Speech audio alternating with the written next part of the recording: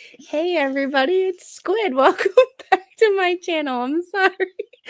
I can't keep a straight face right now because the little one decided that she wanted to hop up here and she wanted to mess with the mic. And now that's all she wants to do. Get it, Squid. Get it. You say hi? Use your words. You're so shy. Oh, I'm gonna play by daddy. Or I want to hang out here. Okay, here it is. How is everybody doing today? I am back.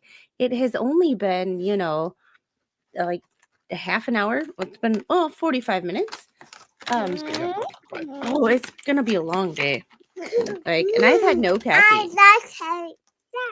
Yeah. She said it. That's about right. So today is part 2 of Tessa's story. Going through all the documents of the shit bag is the nicest word I can come up with it for this dude that tragically caused her to no longer be with us. And the most important person in this story is definitely not me.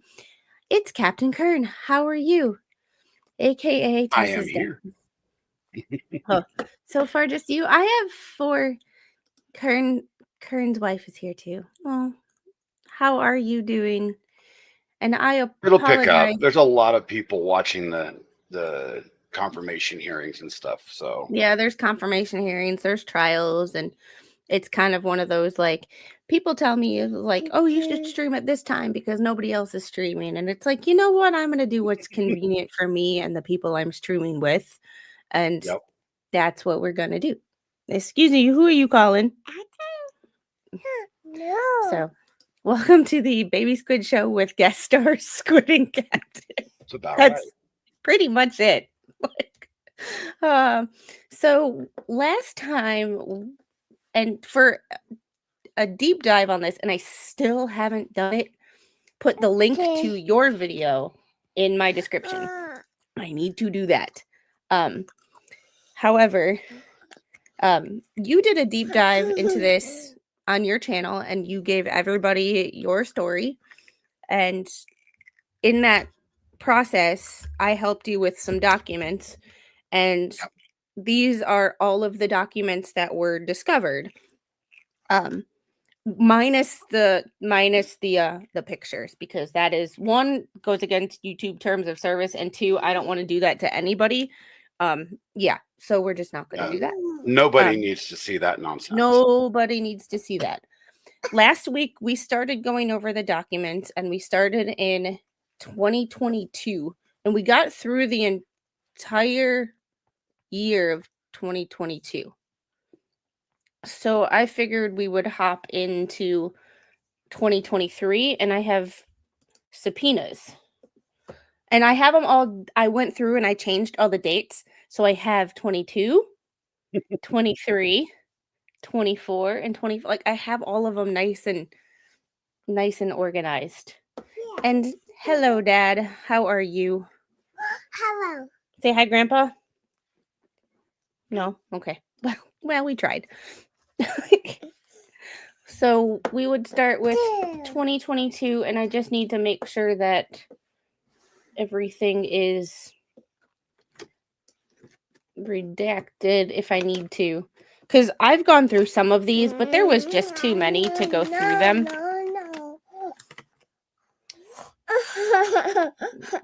I love you. This is what she's after.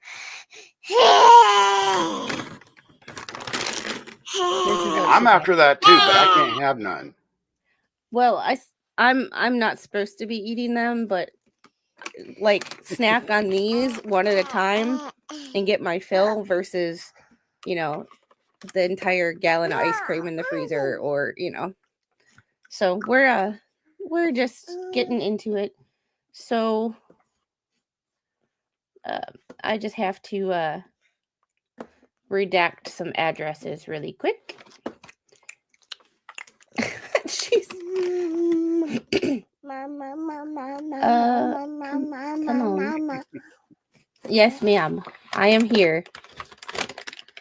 You think you know how to like redact things quickly until you're like on the spot, and then all of a sudden, you know, it doesn't work out as, you know. I don't know if these addresses are personal addresses or if they're like the places where these people work, but I'm just not going to chance it, because the last thing I need is for YouTube to, you know, take away my channel because one of these was a personal address and not a, you know, business. But we're just not even, and this happened in Nebraska. So Nebraska is one of those states where they put half of the information out on the web, but you have to pay for it. But if you call up the county clerk, they might be nice enough to send you the actual case file, which is what happened here. And I cannot take any credit for getting these documents because this was Sir Frank Otter. He did it. I cannot take credit for any of this. I just apparently know the right people to ask. Yes, please don't. We don't need squid deleted. No, we don't. Let me share this. Present, share screen, window, and share. Let's see where it puts us. So this is just state of Nebraska versus the douchebag. I said I would never refer to him by his name, and I still have never said his name, and I never will, because he's a douchebag in my opinion. These were subpoenas for all the people. I don't know who half of these people are. I don't know who any of these people are. Andrew Brummer, the police chief. No.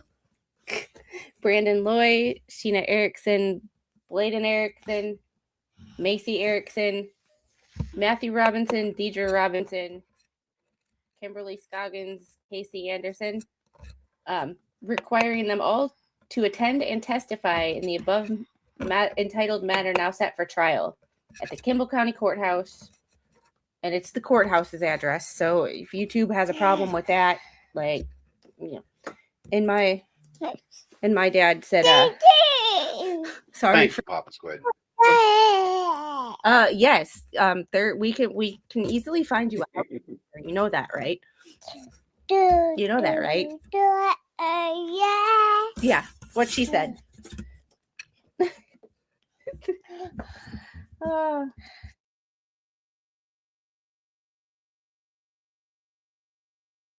We. Oh, baby. No. She's muting me. There we go. Girl, you gotta go play.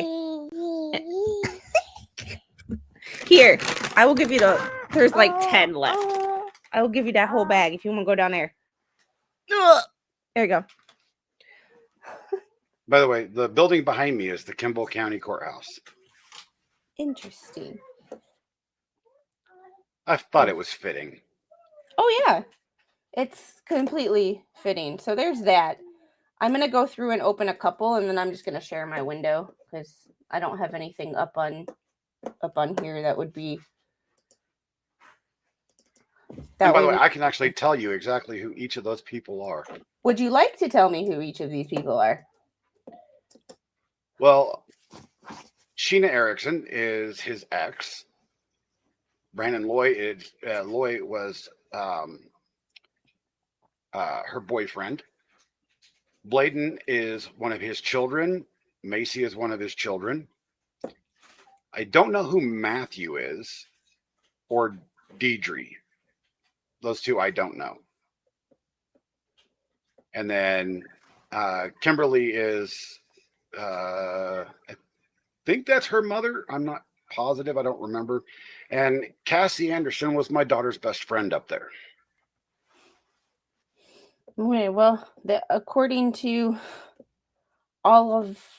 this document, they will all be testifying at the trial. Whether they actually get called or not is yet to be seen.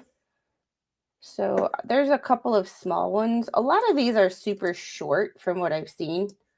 There's not a lot of... And there's probably a subpoena in there for me. Possibly. Because I was subpoenaed as well. Would you like me to I don't care if you redact that or not. Okay. Oh, it's public information, and anybody looks me up, you can literally pinpoint my house, so I'm not too worried about it. I do not flash fan. I do not. So there's the disclaimer. If my information comes up, you're in the clear. Okay. I just like to because I've had a couple people when I've like read filings that their name appears in, they have just been like, don't redact it because that'll draw attention to it, but just don't draw attention to, when you read it, just read it and just move on, which I did because it was in a list of like, I didn't realize that when I was reading it, it was going to be in a list of like 50 names, and it was like the one name in there of somebody I know. Like, it wasn't really a thing anyway, but everybody has their personal preferences, so I just make sure that I don't dox you. Yeah, it's not possible to dox me, so Just making sure. So there's I'm opening like 3 or 4 documents because I just got off the internet a little while ago, so like I was trying to take a second to like breathe and not understood. and not There's a lot going on today, so yeah. I wanted to do confirmation hearings. I just don't have the time. And that is just the sad reality of like drowning in content. Like I want to cover more things than I actually have the time for. So I am up to some stipulations. All right. So we have, and I'll just share my window because it's easier. Or am I share my entire screen on the side? Screen 1. There we go. Perfect. So I don't have I don't have any personal information up that would be seen. I think. If I do, oh well. All right. Comes now the plaintiff and moves for the court to allow endorsement of the names as witnesses in the above entitled case. Ashley Elrod, Danielle Oshlow, Cole Goder, Justin Podani, Cole Gibbons, and Samantha Hamilton. never heard of them. Material witnesses. And this was by the Nebraska Attorney General and Doug Warner's Assistant State Attorney General. Special Deputy to Kimball Attorney. Woof. Yeah. I've been doing the Colin Griffith case today. It's the dude that unalived his dad and his mom. That's a weird situation all around. Like, but that's why I'm in the dark, because I've been like streaming all morning and I'm like, what's a computer? Who am I? Oh, yeah, we can go the cool route. There we go. No, I probably need to wear my yeah, but the only way I'll read it and laugh at it like you do is when you super chat it. And you know what? A little comic relief in this situation is not a bad thing, because if we don't have any comedy involved in this situation, we're just gonna all go nuts. So Flash fan, a little fun is all right. We don't want to I got my Bob Euchre merchandise in. So my pants. Nice. My Euchre pants. And my sweatshirt. Whoop. So I haven't worn it yet. I literally just got it in. We did an unboxing during my last stream. Oh, it's gonna be a busy few days. All right, and you know who these people are? Not a clue. Not a clue who any of these people are? I never heard of a single Right. one of those. You have to remember, we literally went to one day of the trial because both my wife and I thought that there was no way we could sit there the entire time and stare at that guy. Oh yeah, I would have gone insane. Comes out baby squid by and through her especially council. yeah. I mean, especially with the possibility of me doing something really, really dumb. Oh, I can't even. Before I was a parent, I probably would have had like, it's tough, it's this, it's that. But looking at her, like y'all saw how I reacted when someone made a comment about her. Like I can't even imagine what lengths I would go to in mama bear mode if the unthinkable happened. I just so yeah, I mean, people always talk about being a parent and they're like, yeah, you do anything for your children, you do anything for, but when you are actually a parent, like it is, you don't know until you know. Yep. And just looking at her, it's like, I can't even. That's one of the reasons that when I got all this information, I was like, are you sure that this is what you Yep. want to do? Because I go through all these documents. The story needs to be out there. And like I said the last time, and I said on my own stream, if it helps one individual, one young lady, one young man get out of a bad relationship, a bad situation, it's worth it.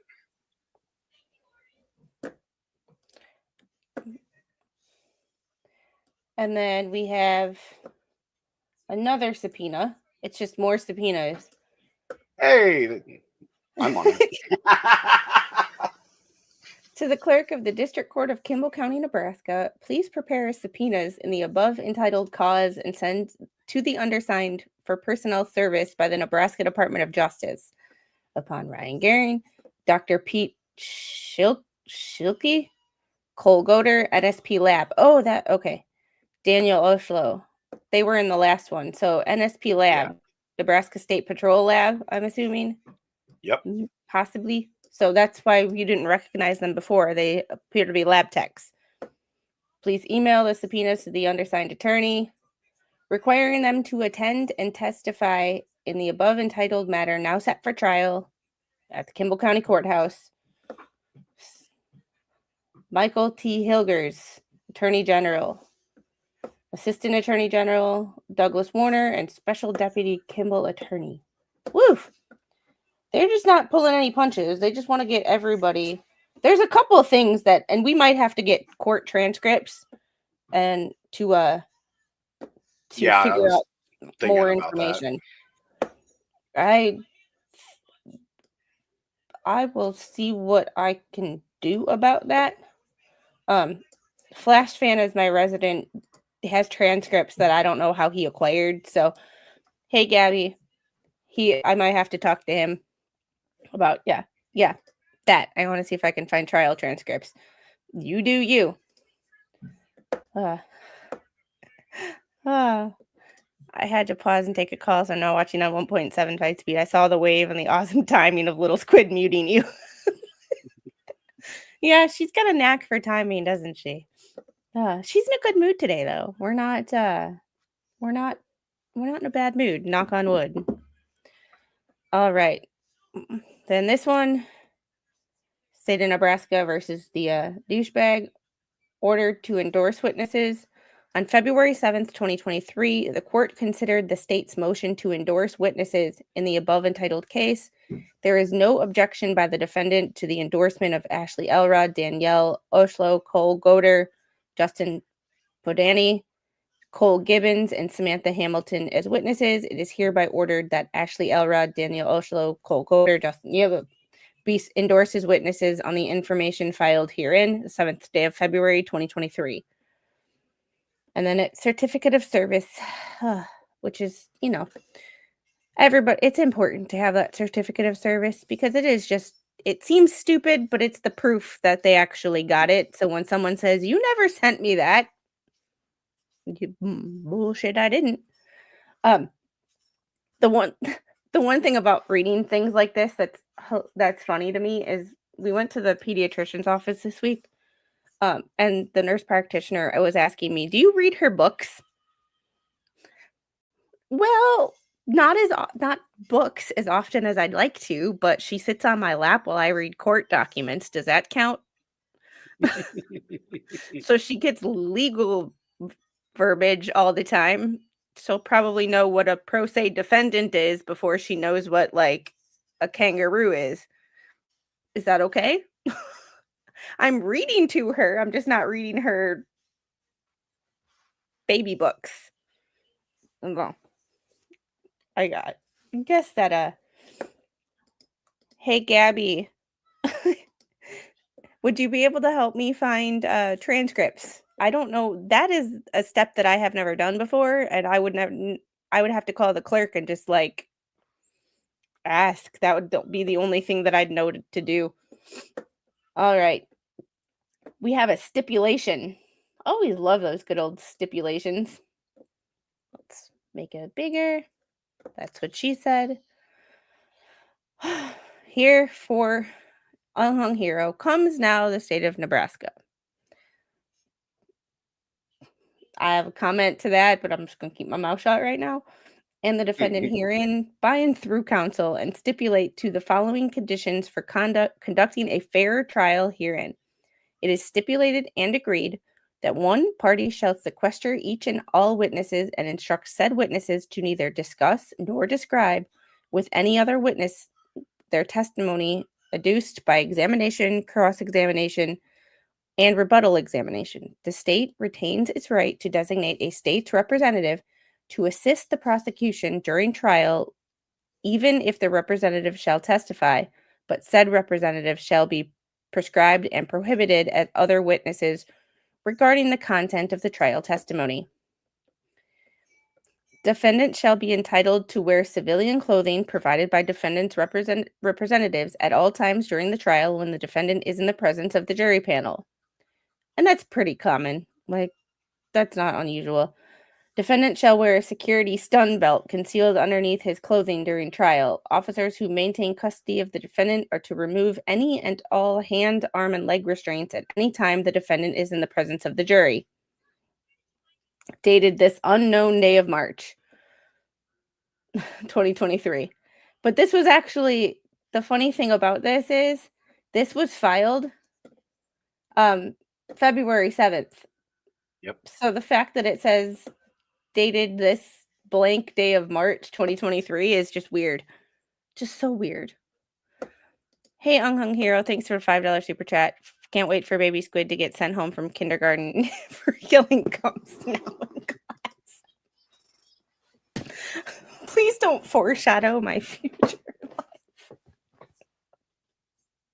Oh, I'm sure she'll get sent home for saying something. It probably won't be that, but it'll be something. So the fact that this was filed February 7th but dated March is just weird. It makes me think that somebody can't proofread, or this was never meant to be filed this early. It's another one of those weird situations. Here's the one that I'm surprised it took this long to get to. I expected this from like his first hearing. Motion for change of venue. Filed March 13th, 2023. Comes now the defendant by and through his attorney and moves the court for an order transferring the trial in this case to another county where the defendant can have a constitutionally composed petite jury, in the alternative bring a constitutionally composed and that's the Latin word that, petite jury from another county to hear the issues in this case in this county. In support of this motion, defendant chose unto the court 1 overwhelming community sentiment against the defendant has been demonstrated in voir dire of the jury pool. See Zedeker Not v. wrong. State. It's not wrong. If there is such prejudice in the minds of people in the county against the defendant, or such firm conviction of his guilt that there is a substantial and well-founded reason to believe that he cannot obtain a fair trial in the county, the Constitution requires the venue be changed. This, I'm surprised in a lot of situations that this case law isn't brought up more. Like right now, I'm going to the Kentucky sheriff who shot the judge. Yeah. They haven't filed a motion. As far as I know, they have not filed a motion for change of venue. He was the damn sheriff in that county. And I'm only thinking that maybe they're using that as like a, hey, we're not going to do it because everybody in this county liked him. He was a great sheriff, so maybe we're. But the fact that this isn't used more often, because Kimball's not a very big area, right? No, it's very small. And ironically, Doug Werner had contacted me and said that during voir dire, they couldn't find anybody for the most part that could be completely impartial. Because the asshole was hated universally through the entire county. So I'm actually surprised that they didn't get a change of venue. Gabby, I'm not actually sure if I uploaded all of these to Discord. I've been working on it, but I have so many documents and so many cases that I need to put in there. I can't remember what I've actually done and what I haven't. I'm like, I have all the documents from the Griffith case that I need to put in there. And like, I'm trying to like reorder because this case and going through these documents with you taught me how to, because I'm new at this. I haven't had my channel less than a year. Yep. So like finding things quickly, I never thought about how my computer organizes the dates. And like, so I've started going through my computer and changing the names on things to be date first, year, month, day, then the name of the document.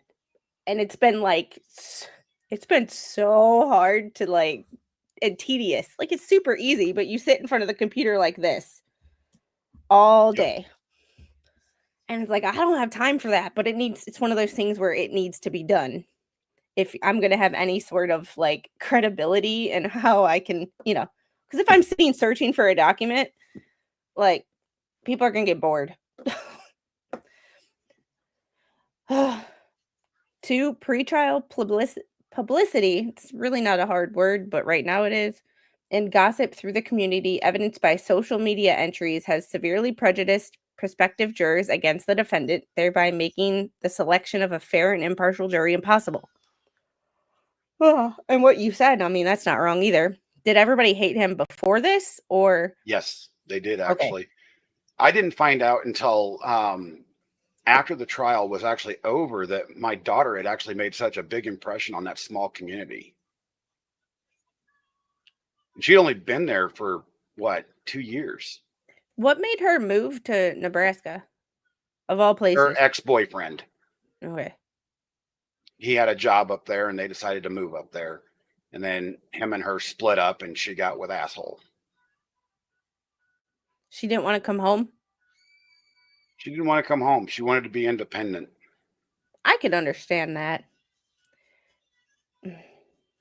I can understand that. I mean, at 18, I was like, bye. I'm yeah. Hold on, Gabby.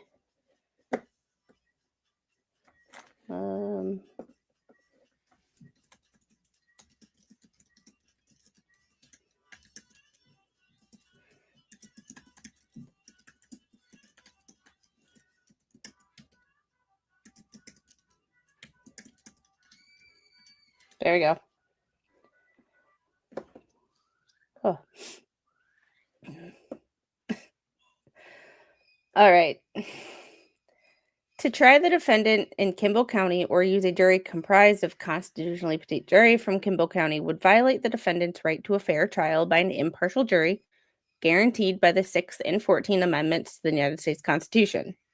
Respectfully admitted, the douchebag. Nebraska Commission on Public Advocacy, Jeffrey Pickens, Chief Counsel. And then his 2 attorneys. Which I understand everybody's entitled to a defense. I just don't have to like it. No. And I do not, as much as I try to remain unbiased in certain situations, this is not one of them. So if you see me like trying to, you won't see me trying to play devil's advocate in this situation at all. Just, you might be a redneck if everyone in the county is related. Yeah, I don't know about that much, but like in the county that I lived in Ohio, everybody had, if you didn't have one of the like family names, you were a nobody. They didn't care. You were an outsider. If you didn't have the yeah, it's hard to stay unbiased in this situation. Yes, it is. When you know the backstory and one of the parties involved is your friend, it's definitely hard. Like, I try to give some people benefit of the doubts, but he will never get it. Ever. We have our dining room table has like, it's like a bar, so it has that center like post. She has climbed up in there with her legs hanging off on her little couch. It's the most weird and looks like uncomfortable way to be laying, but if this is what happens, this is what happens. To each their own.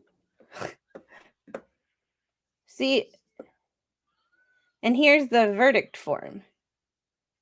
So, it's weird. When was the trial? What date? The first week of second week of March. So, this is so for transcripts, Nebraska is very odd. By the way, just a warning, you might not be able to get them, and that's fair. I might have to do you can't just request them. I might actually have to do a Freedom Information Act request to even get close to them. But we got to do what we got to do. So most of these documents are after the trial. So, because most of these documents come from 2023 and 2024. Yep. So that's interesting too, because most of documents come before the trial, and after you get some for appeal, but like not this many. So what I never could understand in this trial was, one, they had overwhelming evidence that criminal attempt of first degree unaliving. They had the evidence for that, but the jury decided no, not guilty. But in Nebraska, the fine line between manslaughter and attempted second degree, actual second degree unaliving, is so fine. But he could have got an extra 20 years if the prosecutor would have pushed for that. Yeah, he's around my age. So based on what he got, there is a possibility that he will be a free man. We, the jury, and that's kind of where my interest in this case came in, as far as like the documents as to why. Mm-hmm. Well, how did that happen? And that's more of I would love to get my hands on like police reports and stuff like that, as far as like what they wrote down in their reports, because that matters a lot too. But the best I can do right now is legal filings, so we're gonna start there. Yeah, court docs tell a story, but so do police reports. and police reports from before the incident, police reports from after, interrogation videos, like all of that stuff tells an important story too. So we, the jury, duly impaneled in this case, do find the defendant, count 1, manslaughter, guilty. Criminal attempt, first-degree murder, not guilty. That was the attempt on his ex-wife and her mother. The first degree? Yeah. Count 3, criminal attempt, terroristic threats, guilty. Count 4, for the same thing, criminal attempt, terroristic threats, guilty, 1 for each person. And possession of a firearm during the commission of a felony, guilty, which is kind of really hard to find him not guilty of that, considering if you found him guilty of manslaughter, then by default. But, you know, you'll have to talk to the court and file a FOIA for it. Then it has to be approved by the trial judge for the transcripts of the trial. Yeah. So if the judge don't want you to have the transcripts, well, you don't get them. And I'm pretty sure if the judge knew that I want them to discuss them and what went wrong with his courtroom, he probably won't. Let me reach out to the judge. He won't. Oh. He won't say no to victim's father.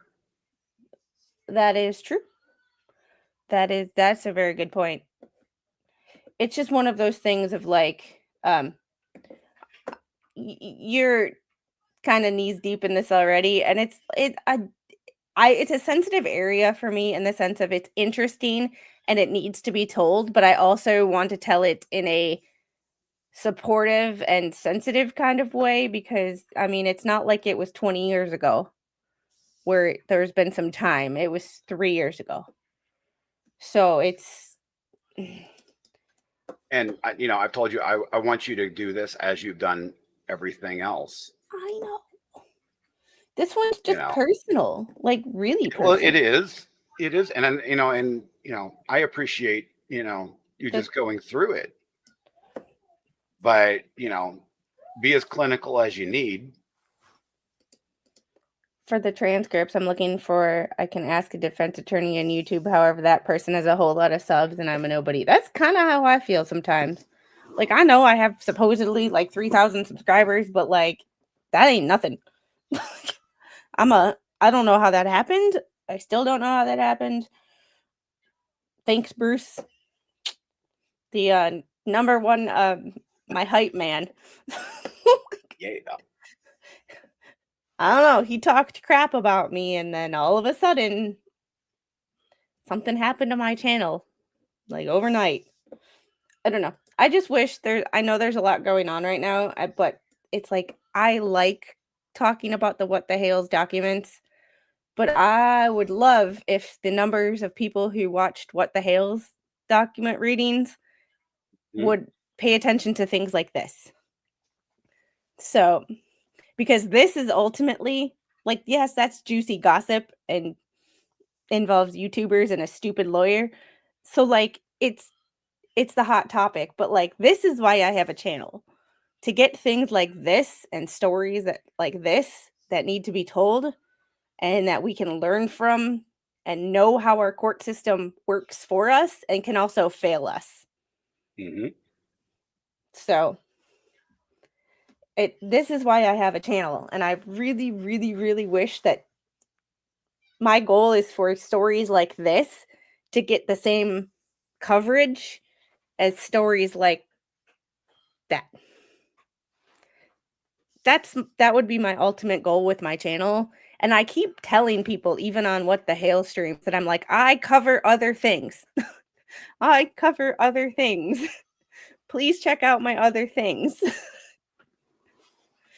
Yeah, not to disparage, the What the Hales group, but because I'll be honest, I was a fan, not a super fan, but a fan, and it seems to, it's like a cult action on both sides of that whole thing. I find it interesting, and the part that baffles my mind is that on both sides, people are taking things way too personally on things that Mhm. at the end of the day don't affect us. Like, yes, like we kind of have that, like, you watch Jeremy's videos and you kind of feel like that social relationship. However, at the end of the day, we are not involved. The thumbnail case, on the other hand, was interesting to me because being a YouTuber who grabs images from the web, puts them in my thumbnails, that Well, case, that was the whole reason I started watching the case to begin with, is the whole First Amendment, side of that, because that could have affected every YouTuber in existence. yeah, and that's really what made it interesting. The only reason that I started paying attention to it was Judge DeThomas's, because as Flash fan knows, I I hold judges to a higher level of um I don't know what the right word is, but like I expect a lot more out of judges because they are, one, supposed to remain impartial, but two, they're an actor of the state. So when you have Yes. a prosecution, like there's two people in that courtroom that work for the state, the prosecutor and the judge. So judges need to be held to a higher standard because at the end of the day, they are an actor of the state, and I don't particularly like the state. So I hold them to a high standard, which is why I paid attention to it, because the Thomas's crap and the Levy County, like, good old boys thing was kind of interesting because I grew up in a really small town where if you didn't have one of the family names, nobody cared about you. Yep. And now I live in a town of less than 3,000 people. So like it's it's not super good old boy here, but like the cops here will like pull people over for speeding, but if they see an out of state license plate, they will are more likely to pull you over than if you have like they see, Wisconsin plates in this town, because this is the only speeding ticket I've ever gotten in the last decade was in this town before I moved here. I was driving from Augusta to Savannah and I have to pass through this town and I got a speeding ticket because they don't play. And like you could tell from the cop was very like leery of me because I still had Wisconsin plates, and he was very like I was not in the good old boys club. He was not rude by any means, but like he was more like strict and adherent to stuff than he would be for like his neighbor. Yeah. But now I have a county sheriff's or we have a police officer that lives, I can see his cop car from this window. Um and then whenever my neighbors have a barbecue um across the street, there's always at least two sheriff's cars there cuz they're, I'm assuming, related. I mean, when they have a barbecue, they have like 30, 40 people. I mean, it's this not Flash fan, you know how it goes when you're not invited to the barbecue kind of family. They have a large wood fire smoke pit, like so I can always smell when they're cooking, and I'm like, "Oh, just invite me over. Just invite me over. It smells so good." But there's always sheriff's cars there, and not for like to arrest anybody. It's just, "Hey, we're on duty and we're going to stop and get some food." Like, yeah. Isn't that prejudice? Yeah, it is, but it's also like it's weird because it's technically they're supposed to treat everybody the same, but walking down the street, when you see someone coming towards you, if you know them, you're more relaxed than if you don't know them. Like if you don't know the person, you're more vigilant, but if you know them, you're like, "Hey, what you doing? How, you don't pay as much attention to any nefarious acts that they might do." Can you smell what the hillbilly neighbors are cooking? They are not hillbillies. They are not hillbillies. Down here we have rednecks. Up where my sister lives, they are hillbillies. Maybe like OJ Simpson invite multiple cops to their house. They're they're nice people. Like they're awesome. They just know the cops. Like, my neighbor over this way, she's lived here all her life and she's in her 90s. So she's never lived outside this town. How? I don't know. But she was born and raised here, and she stayed here. So it's that kind of like, it's not that it's a prejudice, it's just you're more likely to get along with people who you've known for a while than someone who just moved in from out of state. It's so I don't, with the Levy County good old boys, it's like, yeah, I get it in a way, but I think they took it overboard. Because everybody's going to be leery of someone buying a large amount of property in their town from out of state. Like everybody's going to look like, what are you doing here? Why? But it's just how they handled it was the good old boys problem. But everybody's going to be leery of somebody buying a large amount of property across the street from them or down the street from them that moves from out of state. It's just, it happens everywhere.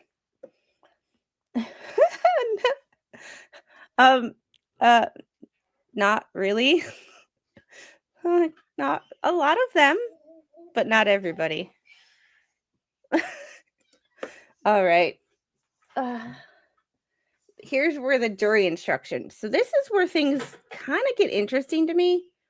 Is jury instructions are big on how the jury takes all the information that they've gotten during the trial. This is where things get a little wonky and the judge can have an impact on the verdict. And that's kind of what I'm wondering. That's kind of what is kind of wondering what's going on here. If the judge kind of in these jury instructions made it a little, I don't know, wishy-washy. Yeah. And if the judge gives you wishy-washy jury instructions, which both sets of lawyers agree on. So there's that too. It's not just the judge. But these jury instructions can have a large impact on what the jury can and cannot use in their deliberations and how they come up with a verdict. Members of the jury, now that you have heard all of the evidence and arguments of counsel, it is my duty to instruct you in the law. I am not permitted to comment on the evidence, and I have not intentionally done so. If it appears to you that I have commented on the evidence during either the trial or giving of these instructions, you must disregard such comment entirely. You must not interpret any of my statements, actions, or rulings, nor any of the inflections of my voice as reflecting an opinion as to how this case should be decided. That's a really good point, because I feel like this isn't in a lot of jury instructions. The inflection in my voice, I have not heard that in many jury instructions since I've been doing this.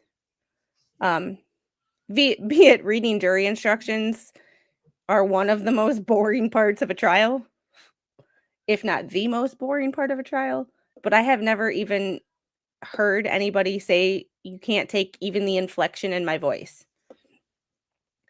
It is my duty to tell you what the law is. It is your duty to decide what the facts are and apply the law to those facts. In determining what the facts are, you must rely solely upon the evidence in this trial and the general knowledge that everyone has. You must disregard anything else you know about the case. You must apply the law in these instructions, even if you believe that the law is or should be different. No one of these instructions contains all of the law applicable to this case. You must consider each instruction in light of all the others. The law demands of you a just verdict. You must not indulge any speculation, guess, or conjecture. You must not allow sympathy or prejudice to influence your verdict.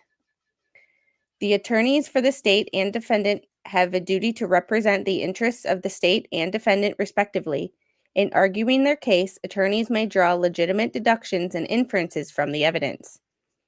During this trial, I have ruled on objections to certain evidence. You must not concern yourselves with the reasons for such rulings, since they are controlled by rules of law. You must not speculate as to possible answers to questions I did not permit to be answered. You must not consider the fact that objections to evidence were overruled. You must disregard all evidence ordered stricken. The Derek C. Weimer, district judge. That's a. I don't see a W anywhere in there. Neither do I. Like, I'm an exception. Just saying. All right, jury instruction 2. Nature of this case, presumption of innocence, charge, not evidence. As I told you at the beginning of the trial, this is a criminal case in which the state of Nebraska has charged the defendant with 5 counts, charging 1 count of manslaughter, 1 count of criminal attempt, first-degree murder, 2 counts of criminal attempt, terroristic threats, and 1 count of possession of a firearm during the commission of a felony. The fact that the state has brought these charges is not evidence of anything. The charges are simply accusations, nothing more. The defendant has pleaded not guilty. He is presumed to be innocent. That means you must find him not guilty until you decide that the state has proved him guilty beyond a reasonable doubt. And I don't think that juries are educated enough on what beyond a reasonable doubt means. I think that needs to be more widely explained to juries. Well, I know in a lot of states, they actually hand them a book detailing what certain terms mean. That's good. I have never been on jury duty. I was actually, the last time I got called for jury duty was in 2020, and I got a COVID exemption. And then the time after that was like 4 months ago, and I got excused because Exhibit A. You know, although the county clerk did say that she would babysit for me. I mean, if you're gonna make Angel, what's the problem? You're stuck? Okay. Hold on 1 second.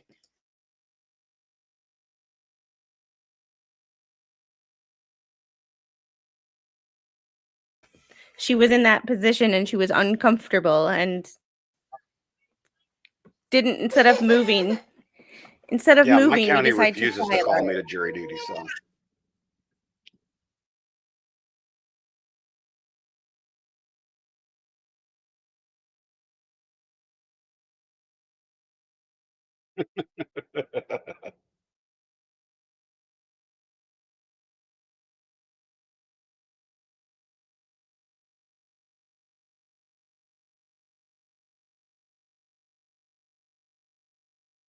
Uh-oh, she went boomer.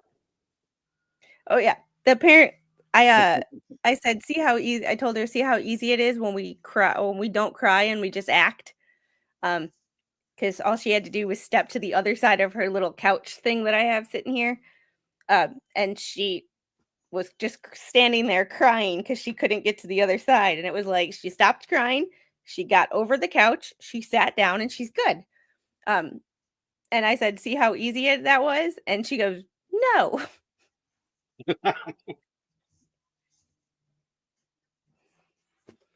I mean, what are you going to do? What are you going to do? All right, jury instruction number 3. Elements affecting elements effective findings. Count 1, manslaughter. Depending on the evidence, you may return one of 2 verdicts. You may find the defendant guilty of manslaughter or not guilty. A. Elements. The elements of the crime of manslaughter as charged in the information are that what he did caused the death of Tessa, and that he did so, or he so did unintentionally while the commission of an unlawful act, to wit, that the douchebag did intend to kill Shelley Pyle, and that he intended to do so purposely and with a deliberate act and premeditated malice, and that he did engage in conduct which, under the circumstances, he believes them to be constitutes a substantial step in the course of conduct intended to culminate in his commission of the felony offense of first-degree murder, and that his conduct strongly corroborated his intent to commit the crime of first-degree murder, or that William Serrano, Oh, God, I want to like wash my mouth out with soap now.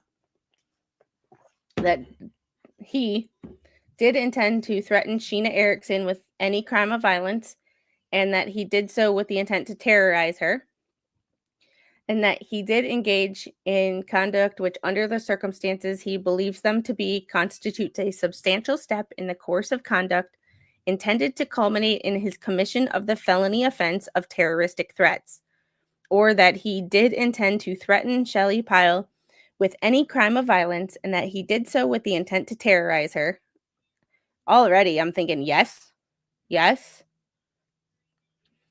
And that he did engage in conduct which, under the circumstances he believes them to be, constitutes a substantial step in the course of conduct intended to culminate in his commission of the felony offense of terroristic threats, and that his conduct strongly corroborated his intent to commit the crime of terroristic threats, that this occurred on or about January 3rd, 2022 in Kimball County, Nebraska. Effective findings. You must decide whether the state proved each element beyond a reasonable doubt. If the state did so prove each element, then you must find the defendant guilty of manslaughter and stop. If you find that the state did not so prove all the elements of manslaughter, then you must find the defendant not guilty. Count 2, first-degree murder. Depending on the evidence, you may return one of two verdicts. You may find the defendant 1, guilty of criminal attempt, first-degree murder, or not guilty. The elements of the crime of criminal attempt, first-degree murder, as charged in the information are that he did intend to kill Shelley Pyle, and that he intended to do so purposely and with deliberate and premeditated malice. Oof. Hey, Darlene, how are you? Oh, this is where it gets like straight out of the book. Like, Yep. Straight out of the book. And this is one of the things that makes our laws so difficult to understand, is just the way they're worded. Like, look how long it takes to, to say what the elements of first degree murder are. Like, I could word this so much quicker, but it wouldn't be in lawyerese. It would be in layman's terms. Well, that's part of the problem when you're dealing with, jurors and the layman people that don't understand this information. Like me, it needs to be in plain English. Yeah. I don't. Yeah. Yeah, they definitely don't understand. I mean, look at the Delphi jury. Yeah. Yeah, they use fancy words like aforesaid. Like, if I didn't have context to that word in the rest of the sentence to logically deduce what it means, I wouldn't know what it meant. Like, there's a reason that she's present for reading some of these documents, and I have really bad chapped lips right now, so I keep putting lip balm on because I'm like, the top of my lips are just like gone. This is why she's here, is because she hears all these words. That's why she sits here nicely and she hears all these words, because before the age of 3 is like all the words they hear before the age of 3, they are more likely to have a bigger vocabulary when they are an adult. So when I was studying for my corrective exercise specialist certification, I would read to her. I wouldn't just read. I would read to her. I'd be like, baby girl, here, look, and I'd show her on my arm where the muscle was and stuff like that. Like I was teaching her. I hope it sank in. Ugh. All right. That he did engage in conduct which, under the circumstances he believes them to be, constitutes a substantial step in the course of conduct intended to culminate in his commission of the felony offense of first-degree murder. That right there is so confusing. Yeah. Like, that he did engage in conduct which, under the circumstances he believes them to be, constitutes a substantial step in the course of conduct intended to culminate in his commission of the felony offense. And that he strongly corroborated his intent to commit the crime of first-degree murder. And this occurred on or about January 3rd, 2022 in Kimball County, Nebraska. You must decide whether the state proved each element beyond a reasonable doubt. If the state did so prove each element, then you must find the defendant guilty of criminal attempt, first-degree murder, and stop.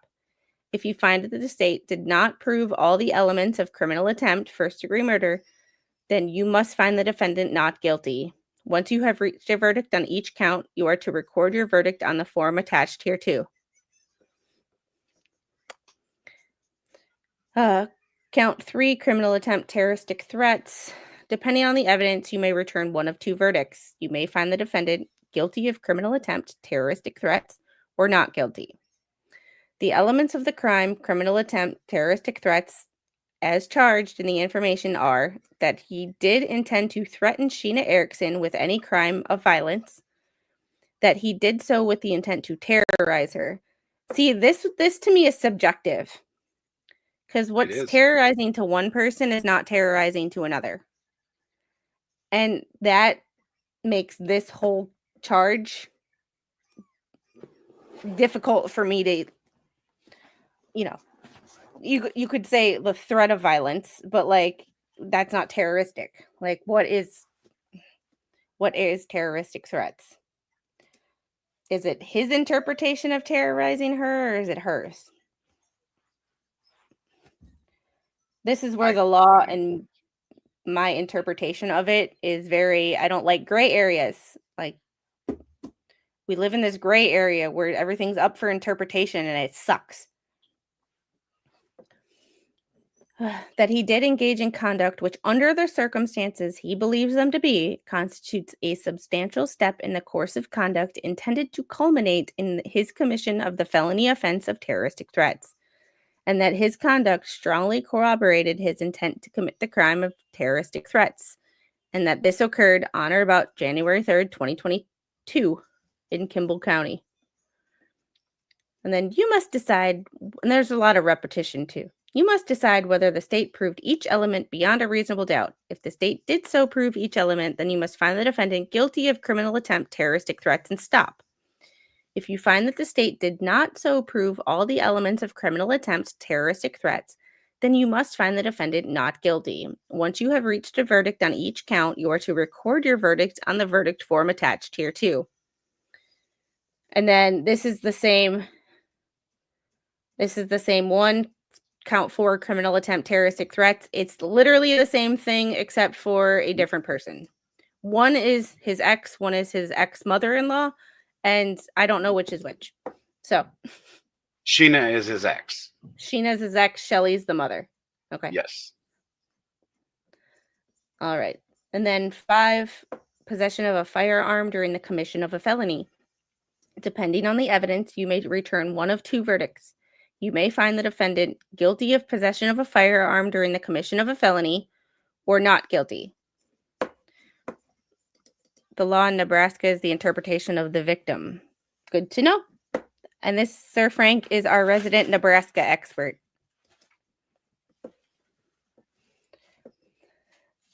The elements of the crime of possession of a firearm during the commission of a felony as charged in the information are that douchebag did possess a firearm during the commission of one of the following felonies. Attempted first-degree murder is set forth in count 2, or attempted terroristic threats is set forth in count 3, or attempted terroristic threats is set forth in count 4. Here's my issue with that. What about manslaughter? Yeah. That's my big issue with this, because manslaughter is still a felony if I'm remembering things correctly. I just well, that explains my vocabulary. By the way, parents locked me in a dark room until I was 5, mostly by myself. So let me just go to 4-letter words. So many, not like. Oh, shitty. Oh boy. Yeah, my issue with count 5 is that during one of the following felonies. Well, what about judging by this, if they would have found him not guilty of terroristic threats, then he would have been not guilty of commission or possession of a firearm. The way it's written, Even though he will be found guilty of a felony in count 1.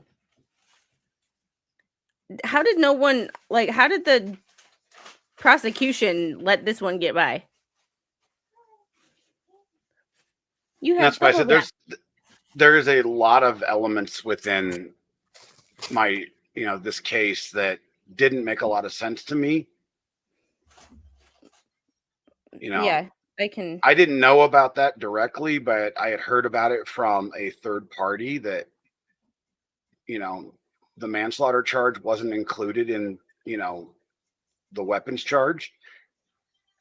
And as soon as I heard about that, I called up Doug Werner and I said, what the heck? And he had no explanation for me. An oversight. That would be his explanation. Because that's the only thing. Because last time I checked, manslaughter was still a felony. Because if that would have been included, that would have been extra time.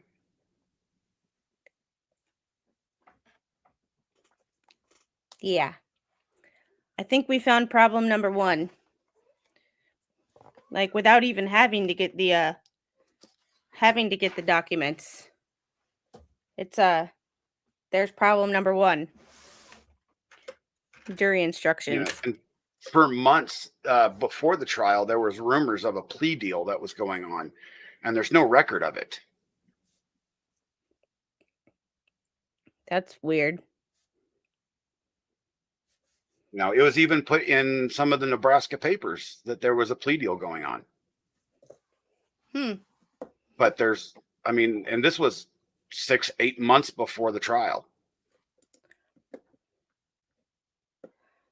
Yeah, this record right of it here, at all. Like, I'm having problems moving past this because this is just like, this has to be an oversight by the prosecutor.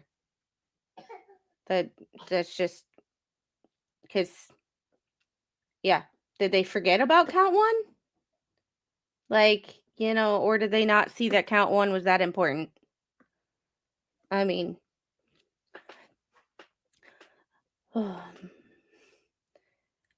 you must decide whether the state proved each element beyond a reasonable doubt. If the state did so prove each element, then you must find the defendant guilty of possession of a firearm during the commission of a felony and stop.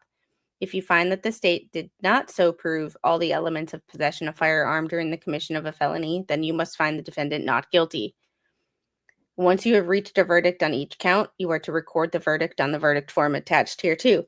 I wonder if anybody in the jury looked at that and was like, say what? But, they can't, there's only so much that they can do. Yeah. I mean, sit down, please. We have a slide, and she just decided that she was going to walk down her slide. Not up her slide, down her slide. She's barefoot, which means she can do it, but we haven't learned quite when we have socks on that things are a little slippery. So I just don't want her doing it. She went backwards on her slide. She literally she walked up it and stepped down the stairs. And now she stepped up the stairs and walked down the slide. I gave birth to Evil Knievel. She has no fear. None whatsoever. Gotta let them make their own mistakes. Yeah, and I know that. Like, my brain knows that, but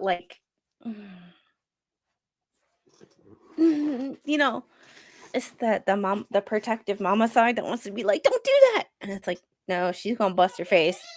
I just have to make sure that we have a a quick way to get to the hospital for stitches. Was that English?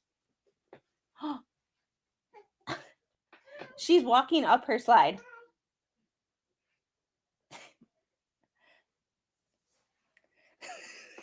She's looking at her dad like she wants to climb. She wants more to climb. Oh, that's okay. Jury instruction 4, proof beyond a reasonable doubt. This would have been like jury instruction 1 to me, but yeah.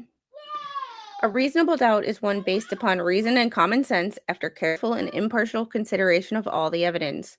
Proof beyond a reasonable doubt is proof so convincing that you would rely and act upon it without hesitation in the more serious and important transactions of life. However, proof beyond a reasonable doubt does not mean proof beyond all possible doubt. That's an important distinction. It's this in 2025 that I can't see, like, I don't see anymore. Reason and common sense. Most people in this world have lost those two, and now we're relying on the court of public opinion. And I feel like juries, even though they're saying they're not swayed by it, are intimidated by what backlash they will get after the trial. Yeah. And I wish there was a way to fix that. I don't know how. Jury instruction 5, definitions and propositions of law. Unlawful act, manslaughter requires a causal connection between the underlying unlawful act committed and the resulting death. A death occurs while in the commission of an unlawful act if death came in a natural and continuous sequence from the defendant's unlawful act, and if without that act the death would not have occurred. Purposely means intentional. Deliberate, that is, not suddenly or rashly, but killing of another after first considering the probable consequences. I don't know, like aiming a gun at somebody.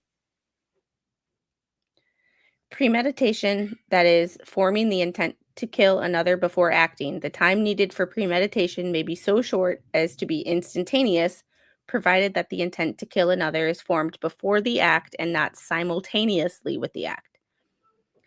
Malice is the intentional doing of a wrongful act without just cause or excuse. Intentionally means willfully, purposely. I like a purposely means intentional. Intentionally means purposely. Yeah. At least this intentionally gives a little more.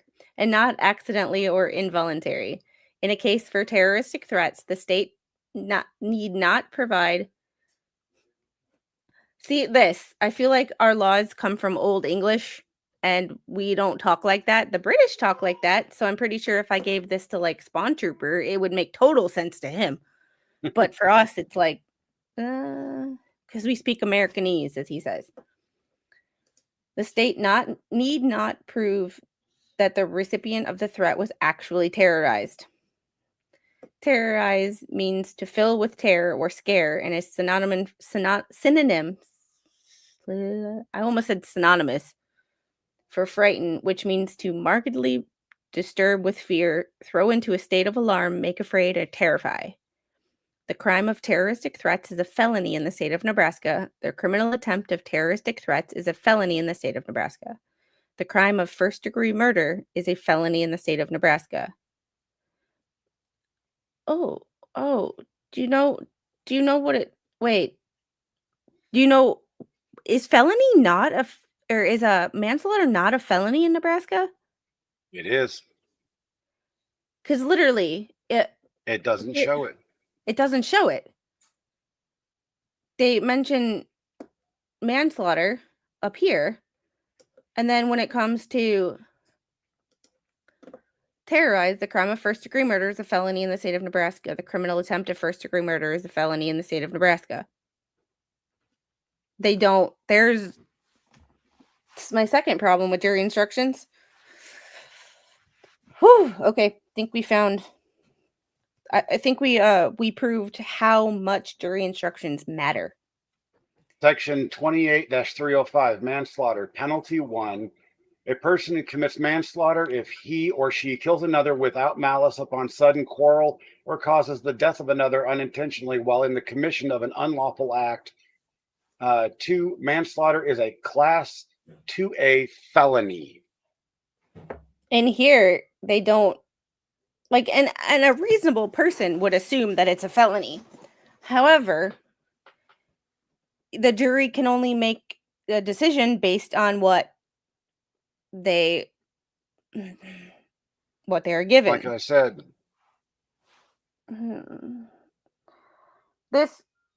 who did this? Mark Warner. He's Doug Warner. Doug Warner. It was the prosecutor.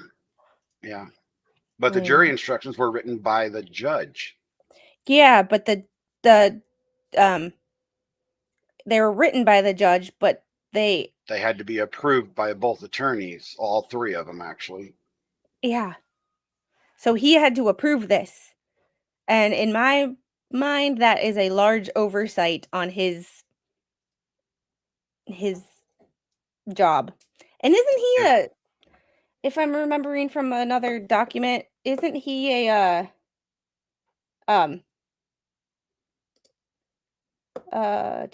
he was the attorney general or assistant attorney general. Assistant attorney general.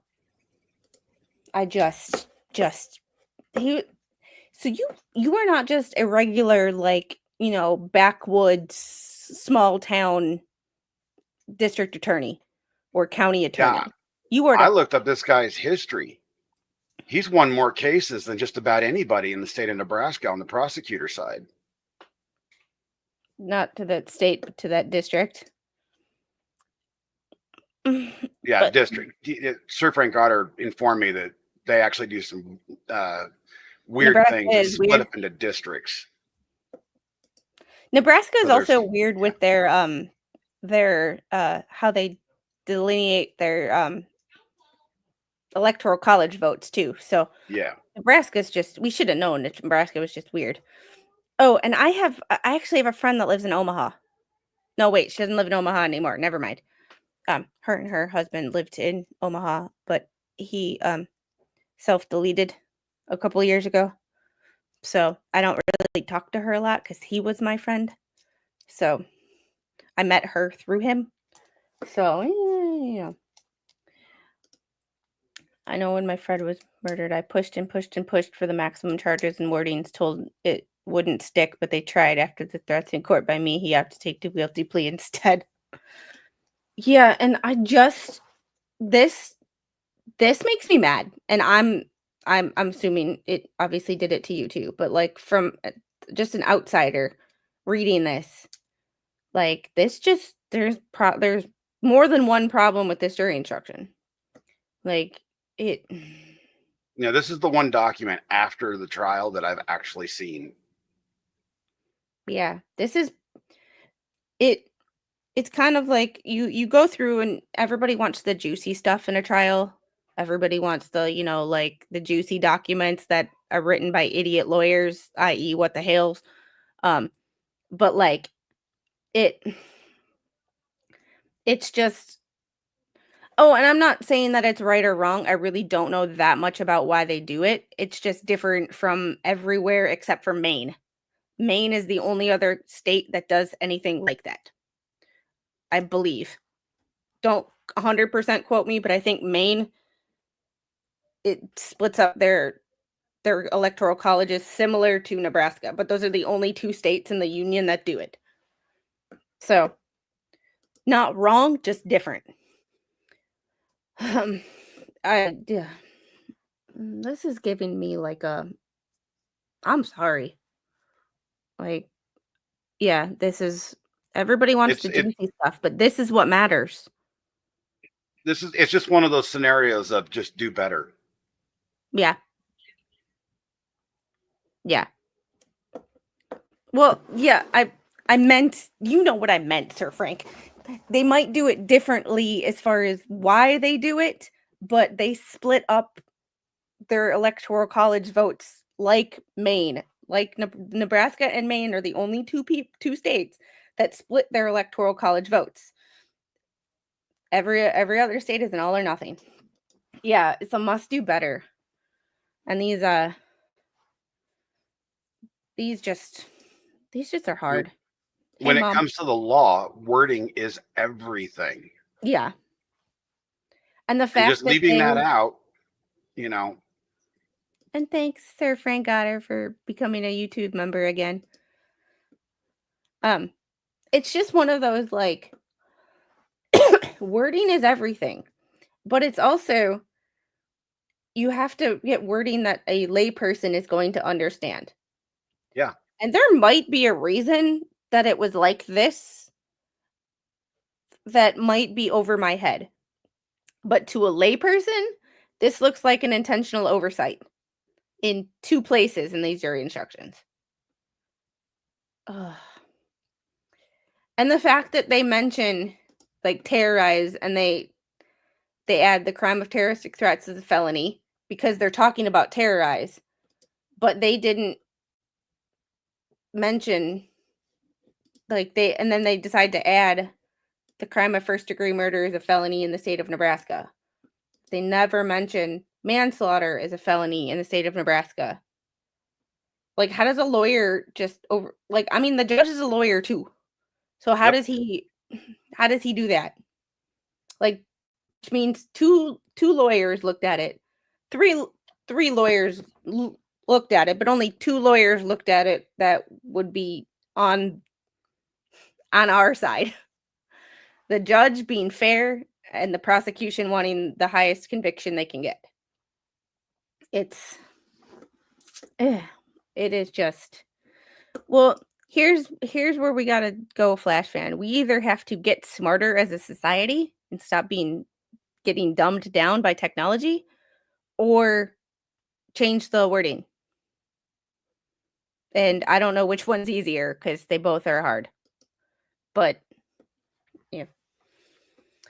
Possession of a firearm means either knowingly having it in one's person or knowing of the object's presence and having control over the object. Firearm, here's a definition of a firearm. Didn't think I'd ever need that in my life. Firearm means any weapon which is designated to or may readily be converted to expel any projectile by the action of an explosive or frame or receiver or of any such weapon. The intent with which an act is committed is a mental process and may be inferred from the words and acts of the defendant and from the circumstances surrounding the incident. Instruction number 6, evidence. The evidence from which you are to find the facts consists of the following: testimony of the witnesses, exhibits received in evidence. The following things are not evidence: statements, arguments, and questions of the lawyers for the state and the defendant, objections to questions, any testimony I told you to disregard. This one's hard because once you hear something, it's very hard to unhear it. Yep. So if, like, the Colin Griffith case, the jury is not allowed to know that he killed his dad. But if they can only say, like, he offed someone, basically. No name and no relation. If the jury finds out that information, it would strongly change what they think. So somebody could accidentally say it and the jury can't unhear it. Nope. Like, you might think you can disregard it, but something like a bombshell like that would be very, very difficult to disregard. Anything you may have seen or heard about this case outside the courtroom. Number 7, direct and circumstantial evidence. There are 2 kinds of evidence: direct and circumstantial. Direct evidence is either physical evidence of a fact or a testimony by someone who has first-hand knowledge of a fact by means of his or her senses. Circumstantial evidence is evidence of a fact from which another fact logically can be inferred. Hey, Taz, how are you? A fact may be proved by direct evidence alone, by circumstantial evidence alone, or by a combination of the 2. Yeah, once said and heard, no amount of disregard instructions will delete that from my brain. Yeah. Ugh. Yeah, and that's another one of those tactics that sometimes a prosecutor or a defense attorney will ask a question that they know is going to be objected to, just to get it, because once you hear it, you can try for all your might, but you can't unhear certain things. Jury instruction 8, evaluation of testimony, credibility of witnesses. You are the sole judges of the credibility of the witnesses and the weight to be given to their testimony. In determining this, you may consider the following: the conduct and demeanor of the witnesses while testifying, the source of information, including the opportunity for seeing or knowing things about which the witness testified, the ability of witnesses to remember and to communicate accurately, the reasonableness or unreasonableness of the testimony of the witnesses, their interest or lack of interest of the witness in the result of this case, the apparent fairness or bias of the witness, any previous statement or conduct of the witness that is consistent or inconsistent with the testimony of the witness at this trial, any other evidence that affects the credibility of the witness or that tends to support or contradict the testimony of the witness. Instruction 9, expert testimony. A witness who has a special knowledge, skill, experience, training, or education in a particular area may testify as an expert in that area. You determine what weight, if any, to give an expert's testimony, just as you do with the testimony of any other witness. You should consider the expert's credibility as a witness, the expert's qualifications as an expert, the sources of the expert's information, and the reasons given for any opinions expressed by the expert. This right here could be I like comparing cases to other cases and using examples of like this case as to why things happen in other cases. I believe this right here is why Bruce is looking for a new expert. Probably. This right here. Yeah, Flashman, they do put too much power in experts' testimonies, but I see why. Ironically, I was actually called to give expert testimony about my daughter's background with firearms. Interesting. That's what they wanted from you? Yeah, it's all they wanted. That she knew what she was doing and that he didn't? That the part of their argument on his side, his attorneys, was that, as it states in the case, that, he says my daughter gave him the firearm. That's a complete and utter lie. Even his own children, disabused that notion, because he went out to the garage and got it out. But in court, they said that she went out to the garage and got it out. And she knew better. Especially knowing the state that he was in. He was high and he was drunk. Do you think that's why they called it manslaughter instead of murder, is because the drugs that he was on? It's possible. He didn't I don't know what he's doing. Not that makes it okay, but yeah, I don't know. But they were trying to disparage my daughter's memory by saying that she was the one that gave him the firearm. She would have never done that, ever. Regardless of his criminal past, you don't give somebody who is drunk a firearm. That's just the dumbest thing you could do. Ironically, there's still a pistol missing.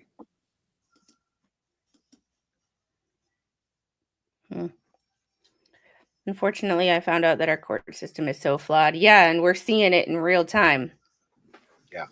And that's one of the reasons that I like to do stuff like this, is because we figure out what worked and what went right and the good things about our system, but we also expose the not so great things and the things that cause real people real harm when they don't go as they're supposed to, or we've been told that they will go. And this to me is like all about where the judge or the prosecutor just screwed up these jury instructions. Yes. Hi. Oh, thank you. Who's like, here, eat. No diet for you. That was one of the things, before my daughter was taken from us, on her 21st birthday. She said that she went out and bought a pistol and it never showed up. I wonder. Her best friend says that she's seen it, but she doesn't know what happened to it.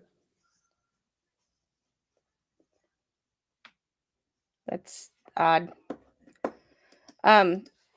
Gail, this was January 3rd of 2022 was the date of the incident. March of 2023 was the trial. So relatively recent. Not like yesterday, but 10, the defendant has an absolute right not to testify. The fact that the defendant did not testify must not be considered by you as an admission of guilt and must not influence your verdict in any way. So he did not testify. Interesting. Jury not to consider disposition. Your duty is to decide whether the defendant is guilty or not guilty of the crime charged. My duty is to decide what happens to the defendant if you decide that he is guilty. You must make your decision without considering what will happen to the defendant. It's sad that that needs to be stated, but I guess, Thank you, Gail. Yeah, this was, if you want to hear the full story, I will link Captain Kearn's channel and the video that he did on January 3rd talking about this. I'm not going to make him rehash the whole story every time he comes on here because, one, go give his channel some love, and two, I'm not going to keep scraping open that Band-Aid. I know I'm good at picking at things, but like that's not one thing I want to pick. Oh, I just look at her every time and it's like, just hug your children extra tight because tomorrow is not promised. Tomorrow is not promised. And no matter how good you think your children are, not everybody is as good as your children are. 12, submission to the jury. This case is now ready to be submitted to you for your consideration. Any verdict you reach must be unanimous.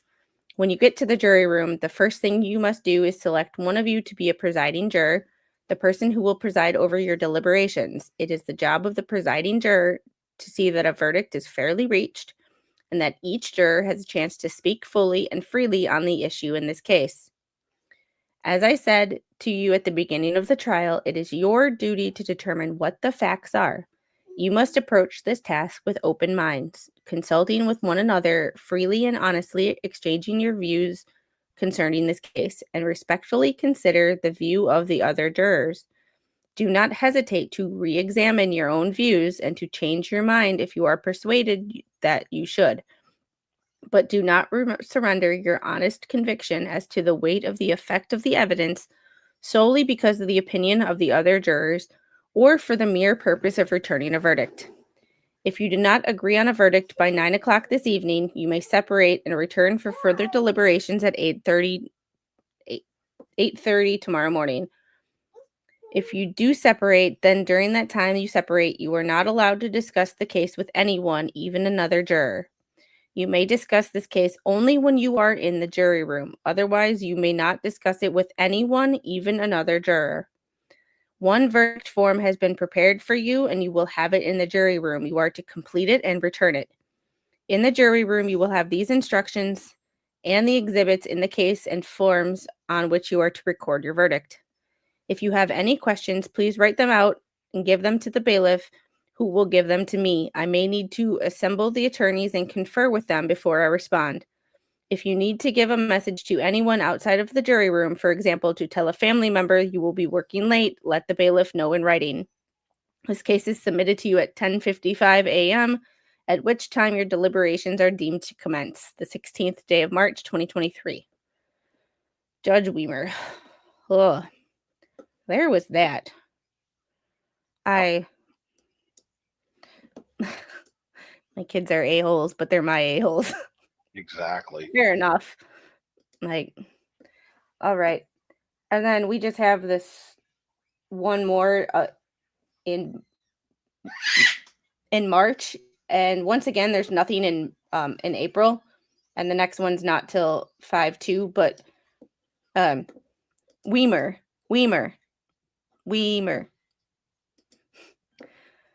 All right. Entry of appearance comes now the Office of the Attorney General of the State of Nebraska, specifically Assistant Attorney General Michael B. Guinan, and hereby enters his appearance as the lead counsel of record for the plaintiff in this case. Please forward all information concerning this matter to the undersigned on the 18th of March. So a new attorney took over for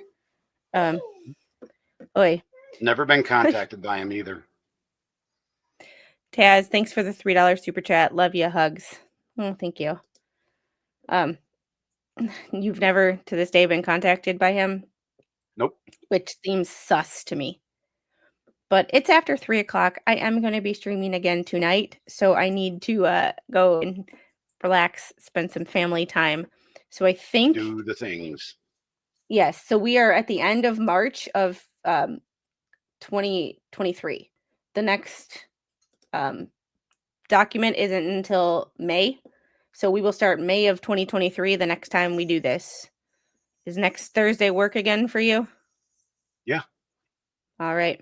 I'll write it down on my calendar and I'll set it up. All right. Y'all have a great night or a great day.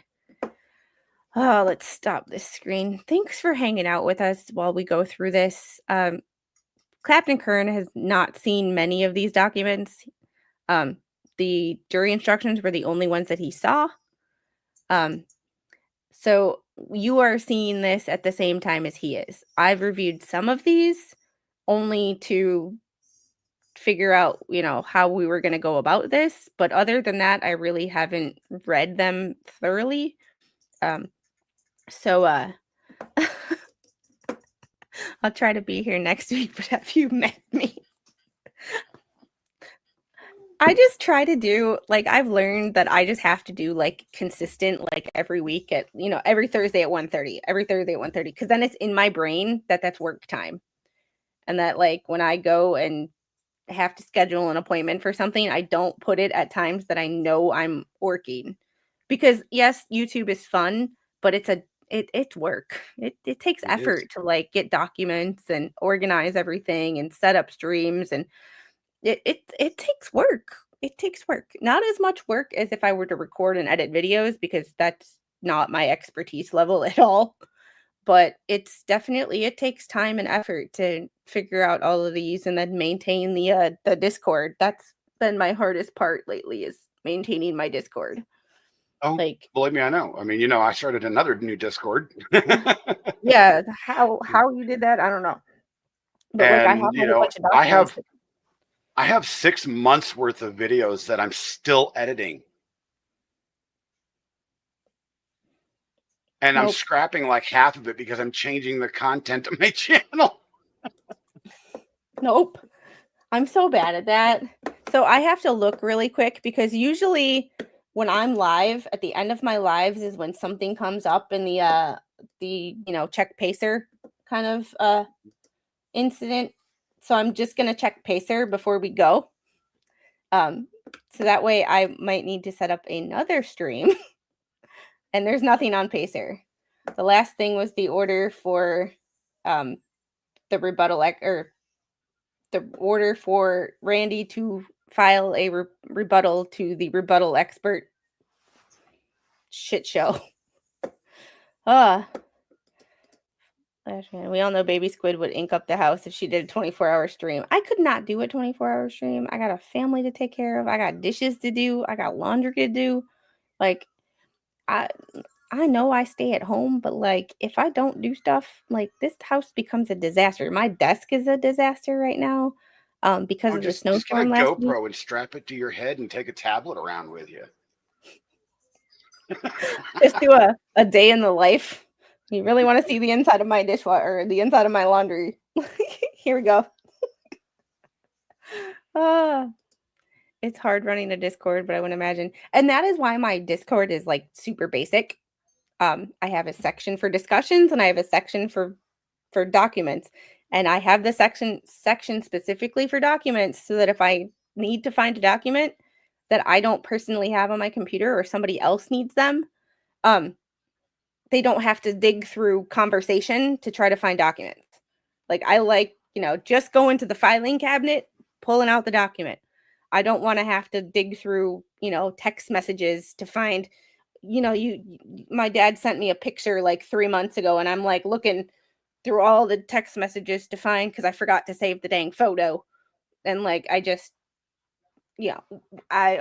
didn't want any of that.